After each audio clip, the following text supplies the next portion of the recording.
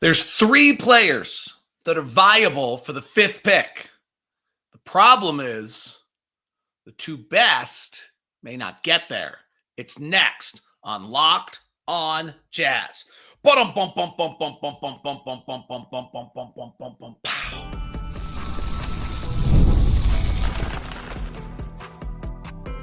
You are Locked on Jazz, your daily podcast on the Utah Jazz. Part of the Locked on Podcast Network, your team every day. How are you? I'm David Locke, radio voice of the Utah Jazz, Jazz NBA insider. This is Locked on Jazz, your daily podcast on the Utah Jazz, giving you insight, expertise, geeky numbers, and hopefully making it way better to be a Jazz fan each and every day. Thank you so much for making Locked on Jazz your first listen of the day. We are loaded with draft coverage today, Thursday edition. There are three players that are going to possibly be there for the fifth pick of the NBA draft. If we all understand that Cooper Flagg is going one and that Dylan Harper is likely going to, we don't know to whom, and even if the Spurs drop or don't take Dylan Harper number 2 because they can't make the trade, and they go Ace Bailey 3 because Harper doesn't fit with De'Aaron Fox and Stephen Castle, which is true, he doesn't, but Milwaukee's going to take that pick probably. Then Dylan Harper's going 3. So that leaves 3 players that could, in theory, get to 5. Ace Bailey on a slip to 5 and stunning development. Tre Johnson is on everyone's boards around there, and VJ Edgecombe. Those are the 3 names that we're going to dig into today. And if you look at the various draft boards, this is the consensus. ESPN, or let's go with Locked on Big Board. Ace Bailey is 3. They have Jeremiah Fears at 4. VJ Edgecombe at 5. Tre Johnson at 6. Leaf Tulane, very good draft expert, has Ace Bailey at 3, Tre Johnson at 4, VJ Edgecombe at 5. The Ringer has Ace Bailey at 3, VJ Edgecombe at 4, Con Knipple at 5, Malowich at 6, Tre Johnson at 7, Fears all the way down at 15. Kyle Mann's doing interesting things there. I like it. ESPN, who's always the consensus just with what scouts are saying, has Ace Bailey at 3, VJ Edgecombe at 4, Jeremiah Fears at 5, Tre Johnson at 6. No ceilings. If you haven't caught them, they're very good. Ace Bailey at 3, VJ Edgecombe at 4, Derek Queen at 5, Jekovic at 6, Tre Johnson at 7. Let me tell you something right now. Let me get this out of the way right now. Tre Johnson's got a better chance to not get to 5 than go past 5. I got it. I look at all these boards. I see all this. I'm watching. And what happens a little bit right about now is we've had this consensus all year long and all the draft people, and somebody, usually Jonathan Giovoni now, sets the standard. That's why I admire what Kyle Mann's doing at the Ringer. Sets the standard by which the thing is, and a narrative starts about a player, and then every draft expert has to follow suit. And honestly, if you want to know the flaw in the draft coverage is that every draft expert has to follow suit because particularly when Twitter was strong, the NBA world of communication is so potent that if you go way off of the board, you'll get ostracized, called foolish, and you think it'll ruin your career if you're a young developing draft writer.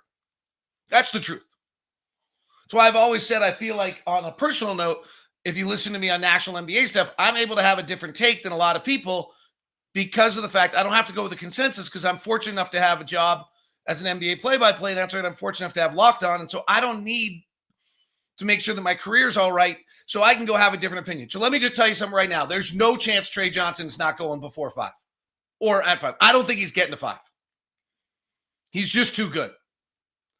I've heard the whole thing that he's supposedly a ball hog. I don't see it. I saw a Texas team that was terrible offensively when I've watched their games. I see a kid with an elite handle, an incredible explosion, elite shooting, pretty good off the bounce, makes strong, difficult passes. He doesn't get to the rim great yet. His defense is horrendous. So's most 19-year-olds or 18-year-olds, actually. I think Tre Johnson is on the younger end of things. He's just turned 19. Okay, Jeremiah Fears is the flavor of the month on a lot of these things. I just, maybe I'm going to be wrong on this one. It's not too much of a worry, but I'll have to watch more to understand his shooting. But the shooting numbers, I think, will eventually come to scare someone. The other one, just to understand some of this, is the combine measurements. And that is, if you look around what's going on in the NBA right now, there are not small guards. Fears at 6'2" and a quarter with a 6'5" and a quarter wingspan. It's a little small. They're just, Indiana's about to be in the finals. Their smallest guy is going to be 6'6". Oklahoma City's going to be in the conference finals. Their smallest guy is 6'6". Mike Conley's still out there, but when Minnesota suddenly plays Nickeil Alexander-Walker or Dante DiVincenzo, their smallest guy is 6'5". So 6'2" and a quarter it makes me nervous. So I don't think that Jeremiah Fears is in this group. And I do think that Tre Johnson is in this group. And that leaves us with 3 players to look at. Ace Bailey, if by some chance he slips. Tre Johnson, who I kind of doubt is getting to 5. And then that leaves us with a lot of discussion about Baylor's VJ Edgecombe. To me, those are the 3. That's the discussion. And the discussion gets really interesting in the sense of, is one of these way better than the other? Because then 21 comes into play. Can you go to Philadelphia, who's strapped with their salaries on Embiid and George and Maxey and need depth, and say, we'll give you 21, which gives you another player at a cheap number so that we can get to 3. We'll give you to Charlotte. We'll give you 21 so we can get to 4 because you need players. You're in a massive rebuild, and we need to get, and we have a guy we want. I think that's part of this discussion. And right now, in my book, I'll be honest, I think that Tre Johnson and Ace Bailey are different level talent than VJ Edgecombe right now. But that could sway. VJ Edgecombe might be the best athlete in this draft. All right, let's start to break these guys down a little bit. But this is where I sit right now. As we sit at 5, I think there's 3 guys. Because Harper and Flagg are off the board. There are some weird little things where someone could decide they're not in love with Ace Bailey. He's 6'8" instead of 6'10". I think when it gets right down to it, I don't think this is going to happen. He's quite a fabulous fit in Philadelphia. And then Charlotte has to decide what they want to do at 4 or 5. And my guess right now is the players I've watched, and I'm early into this and I'm new to this, but if I'm them, I'm going Tre Johnson, and VJ Edgecombe comes to the Jazz at 5. And then the question from the Jazz standpoint, which we'll delve into as the weeks go on, is there anything about VJ Edgecombe that actually scares you, that makes Jeremiah Fears Con Knipple, which I don't quite see that. But the interesting one would be Malowich, the 7'2" center at Duke, and you decide that either you're doing that and Kessler, or that's superior to Kessler and you're going to move off Kessler. The interesting one on Malowich is the one position I think we have on the roster fairly well set for our future is our 7-foot rim defender.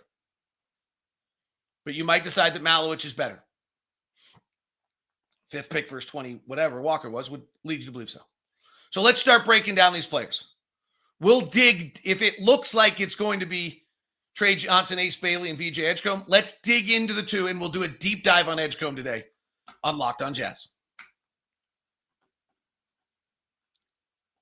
Today's edition of Locked On Jazz is brought to you by Wayfair. This time of year, it's time to spice things up wherever you might be. Enjoy the world of the outdoors with some new outdoor furniture. Fire it up with Wayfair. Go to wayfair.com and start sprucing up your house, your setup, your outdoor furniture, whatever it might be, whether it's the big backyard, a small balcony. Wayfair has everything you need to make it feel more like you. Massive selection of outdoor essentials, easy transition from any space into the ideal summer setup, comfy conversations, sitting outside, birds. Oh, love it. Love the summer, particularly because I have snow on the ground again. Great new patio dining set, some string lightings, whatever it might be. It's going to spice up your space. Expensive, high level, appropriate, whatever it might be. Wayfair spans the gap of things you need. It's really quite an incredible site. Delivery is free and hassle-free for even the big stuff. Whether you're entertaining guests or relaxing solo, Wayfair is going to make your summer awesome. Shop a huge selection of outdoor furniture online this summer. Go outside with Wayfair. Head to wayfair.com right now. That's WAYFAIR.com. That's WAYFAIR.com. Wayfair, every style, every home.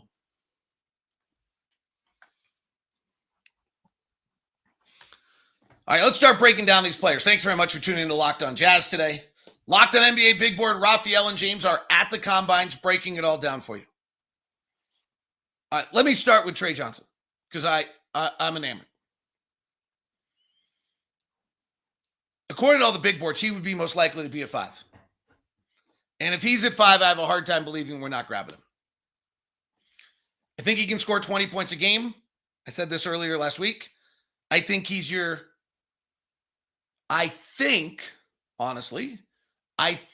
second best player on a good team.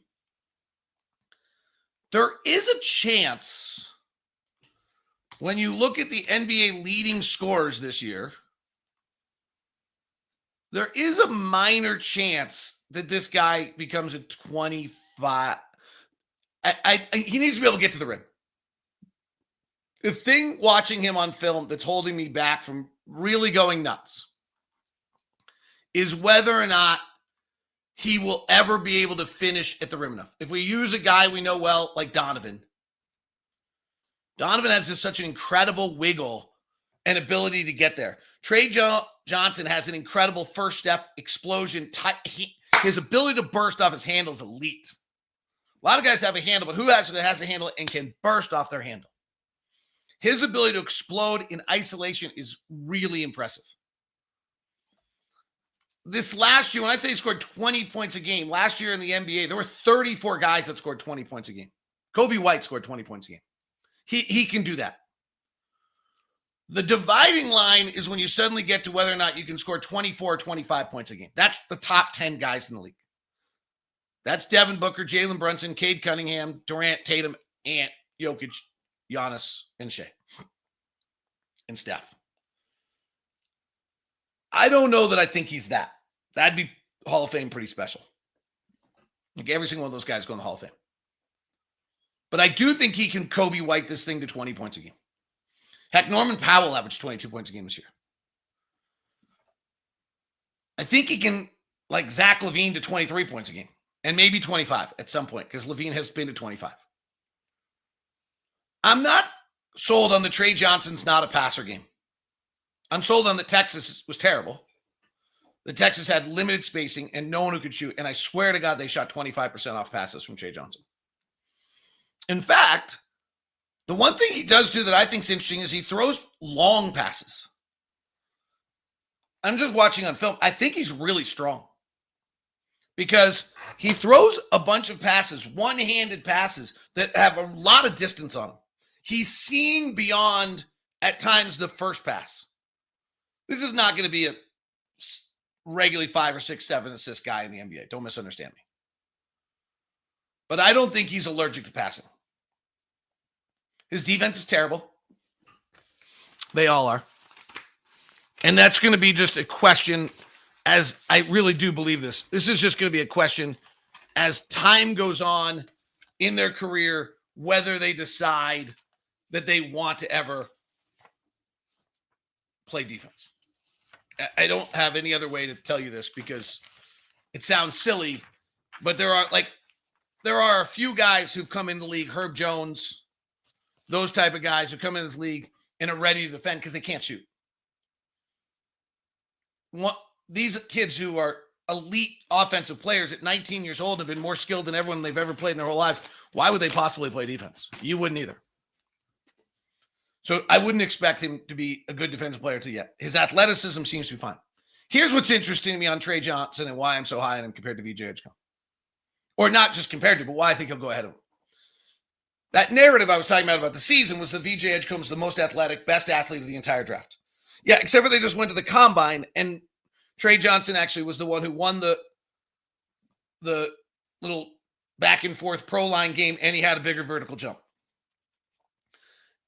And his reach is 6'10", and Edgecombe's is 6'7". So now I have all of the stats, right? So in transition, Tre Johnson's in the 81st percentile, and VJ Edgecombe's in the 65th. In isolation, Tre Johnson's in the 52nd, and Edgecombe's in the 40th. On pick and rolls, Tre Johnson's in the 80th percentile on 125, and VJ Edgecombe's in the 43rd percentile on 109. Spot up shooting, Edgecombe's in the 66th percentile, Johnson's in the 57th.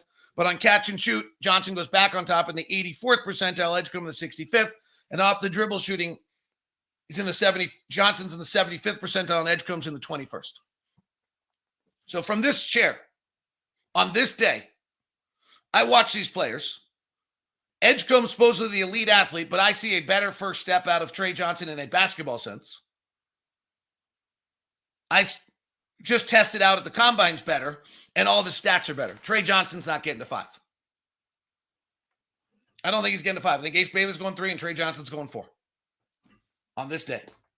I'm the first person saying this, so I can be crazy too. I also said I wasn't sure that Ace Bailey was going 3. I watched enough Ace Bailey that I think there's a chance this kid goes 2. Now he measured 2 inches shorter, and everyone somehow decided this is 6'8" wing play. Let's talk about Ace Bailey for a second. Is he really special? Yeah, maybe. He's got massive explosion around the basket. He can come up and really pack it, bring it on both sides, rise up, hang in the air, do all sorts of stuff around the basket. That athleticism is real. He's an elite, bona fide shooter. He takes tough, crazy looks. He can fade back. He's kind of a mid-range maven. And for some reason, because he was ranked in the top 3 to start the year, and people were wondering whether he could be Cooper Flagg or he could be Dylan Harper, and should he be 1, 2, or 3, we just started to pick at his game. Okay, stop picking. His handle needs work. Talking to coaches, they feel like one of the coaches I asked about him said he has the rhythm and the movements. Their comment to me was they need to tighten up how to understand when to use it. That's the handle game. They don't know when to use what. This makes total sense. These kids have been the greatest athlete on the floor in every single game they've ever played in their entire lives. The first time they will ever get on the floor with athletes generally as good as them is in October of next year in a game that counts. In high school, to joke how much better they are than anyone. And then they go play a few AAU and exhibitions and things like that, and they play some guys that are about as good as them. And then they go to college, and Ace Bailey's still the most athletic kid on the floor. And his handle begins to be a little bit of an issue in his college game of always getting to where he wants to. And sometimes it flies out of his hands crazily and all sorts of stuff. But he also is, this is the first time he's ever been pressed or pushed in this regard. And so, same thing with all these guys. They've just been so much better than everyone else. Ace Bailey shot 39% off catch and shoot threes last year. He has a high release point. He can get it off the bounce. He reminds me on his ability to get a shot off a little bit of Paulo. Paulo's much bigger, but in the mid-range, kind of the way Carmelo did, kind of the way Jason Tatum did in college, kind of the way that Brandon Ingram did at college. Brandon Ingram might be a really good comp on Ace Bailey. I mean, you can discuss whether you want to, Brandon Ingram scores 20, whatever points a game, was a 3rd pick of a draft. Ace Bailey has all sorts of little things you can pick at right now. And when you add some strength to that frame, which gives him some more balance, I think almost all of those go away. His handle gets better because he's on balance more. His strength getting to the rim gets better because he's stronger. And he's on balance going to the rim. His balance is not great. He looks a little Bambi-esque. But that body's just not there yet. But it's not like, let's not get lost. I think we're at the stage right now on some of these guys, and I think I have an advantage here where I have no idea what I'm talking about. And what I mean by that is I wasn't a part of the kind of ongoing narrative throughout the year where everyone nitpicked everything. I'm now jumping in at this point, getting the numbers of the season, watching them and seeing these things. Oh, without the expectation that whether Ace Bailey can be number one. I see a kid who's 6'7", 203 pounds, with a 7-foot wingspan that can get a shot off anywhere he wants, makes a high percentage of them, has every bit the off-the-balance game in college that Cade Cunningham had or Jaylen Brown had or any of those kind of players. Brandon Ingram had, Jason Tatum had, with explosion around the basket, with a nearly 9-foot standing reach, whose body needs to come together. I'll take that. And that's why I don't think either of those guys gets to 5. The guy who does get to 5 is VJ Edgecombe out of Baylor. Let's talk about him next on Locked on Jazz.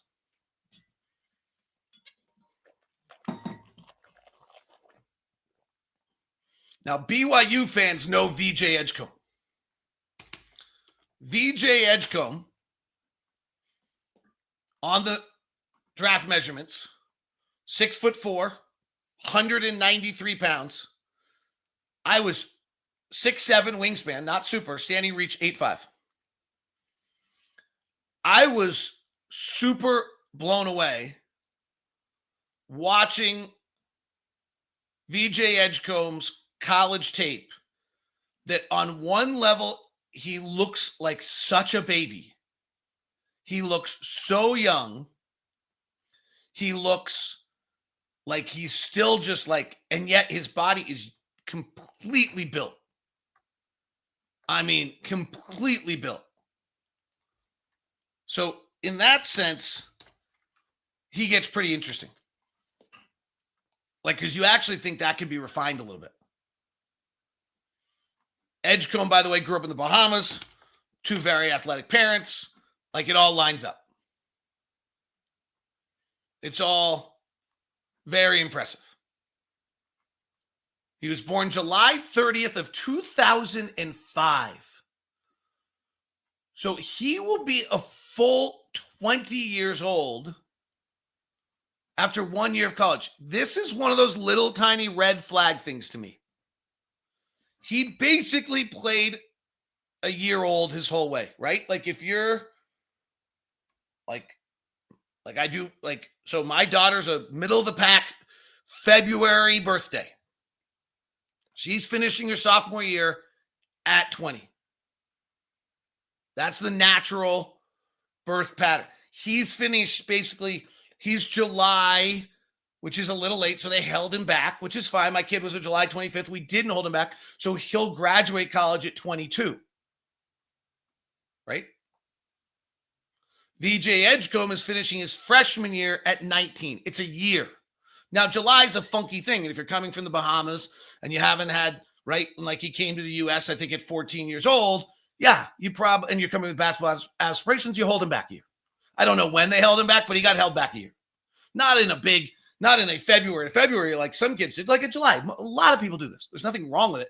It's just worth noting when you think about his emergence as a player through coming through Long Island and through New York and being the New York Gatorade Player of the Year, that he was really 1 year ahead of most kids. Okay? A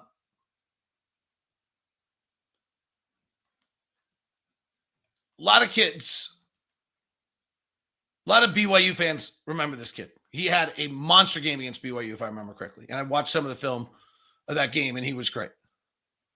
He had a weird year in that he had some periods of time where he shot it great, and then he had some stretches where he really struggled. He opened the year struggling. If I remember correctly, he opened the year about 3 for his first 18 from 3. Then kind of got it going against Tennessee, then kind of lost it for a while, then got hot for a while, then lost it again for a while. Had a miserable stretch in the middle of February where I think he went about 2 of 17 from 3. And so he really shot in and out of kind of a rhythm of the season and kind of got lost. By the end of the season, was having fairly feckless games for Baylor.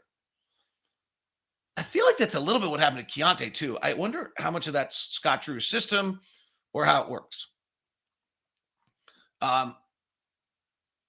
Against BYU in the overtime game, he had 28 points, 5 rebounds, was fabulous. Here's some thoughts on Edgecomb. He's a really good athlete. And we just talked about that body being pretty amazing. He's a 78% free throw shooter. That yields you to believe he should be able to shoot it already enough. But it's not great. It's not 84%. Like, you really want that number to be like, oh, he's in the 80s. Great. No problem. He'll always be able to shoot. The 78's enough to go, eh. He's a 34% three-point shooter last year. His off-the-bounce shooting is problematic. He was in the 21st percentile of off-the-dribble shooting. His best case scenario is he's the guy next to the guy. One of the comps on him is Victor Oladipo. You really would have to improve. Victor Oladipo basically played some point guard. The bodies, like the minute someone said Victor Oladipo to me, I was like, oh yeah, 100% see that. Victor Oladipo also was 6'3", 6'4", 6'3", with a 6'9" wingspan. Edgecomb is 6'4" with a 6'7" wingspan. Oladipo for his career was a 35% three-point shooter, so he wasn't elite. He was average. And he did at one point in his career, have a monster year where he averaged 23 points a game in his first year with Indiana. But for the most part, was like a 16, 17, 18 point a game scorer. Yeah, I can see that. 2-time All-Star. Be a great pick at 5. That would be a great pick. And then his body broke down. He got out of the league. Would only be 33 right now. He should still really be playing.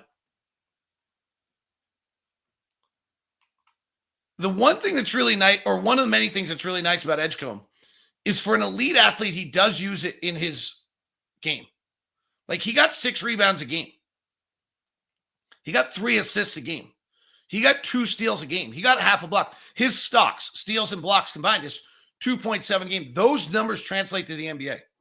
I didn't think he was a very good on-ball defender when I've watched him, but the off-ball athleticism numbers are real. He nicely understands how to use some of his elite athleticism. When I've watched him, and I need to watch more, and I will, because I think he's most likely at 5. As we sit here on May 15th, 6 weeks before the draft, I am telling you this is the most likely player to be drafted 5 by the Utah Jazz. He is another one who needs to improve his handle. Again, talking to coaches, that's something they feel they can do because, why would VJ Edgecombe need to have learned his handle? It's the same thing I talked about with Ace Bailey. He's so athletic, so superior to everyone who's ever played. He's never had Lou Dort guarding him before. That'll be, oh my. Frankly, Keontae George didn't know what to do the first time Aaron Holiday picked him up full court. VJ Edgecombe won't either. I thought VJ Edgecombe's defense on ball was terrible. His off-ball defensive numbers are really interesting. I don't see a wiggle. Now, I'm certain this is that I've been impacted by watching Donovan all those years. The wiggle is what separates a player in the NBA. The hesitation and the wiggle, to me. When I see your off-the-bounce game and your dribble drive game, I need to see one of 3 things. Unbelievable explosion. That's what Tre Johnson has. Off the set, off the bounce, on the balance, boom. Okay? I need to see some sort of side-to-side wiggle. Not just side-to-side like to get your 3 up, but Donovan's able to drive and be working inside the paint going side-to-side. And then there has to be a little kind of creativity to it. With Edgecombe, what I saw was he turns the corner and then he actually has an insane burst in the middle of the drive. Insane. Where he's driving and then hits it. The third one you really need when I say creativity, let's change creativity to change of speeds. Do you think Jalen Brunson, think Brandon Roy? You don't always have to be the fastest. Like Tre Johnson will have to learn this. You don't have to be the fastest, but if you can go from slow to fast and fast to slow, then you're faster than you would be if you were just the fastest. I'm not sure Edgecomb has any of that aspect to his game. So what I see in Edgecomb right now is an elite athlete, great body, whose shooting is whose dribble game needs some development, who was streaky throughout his collegiate year, probably because of those two things. That he didn't always have the ability to go beat someone. He didn't always have the ability to do those things. But it's worth watching some more. He was 65th percentile in transition, 40th percentile in isolation, which is right about. His pick and roll game was His spot up was okay, and his off the dribble was bad. Does that mean that Malowich becomes a player because you know exactly what you're getting out of him as an elite center and rim defender in the NBA? Does that mean that Fears becomes your point guard that you think is that special?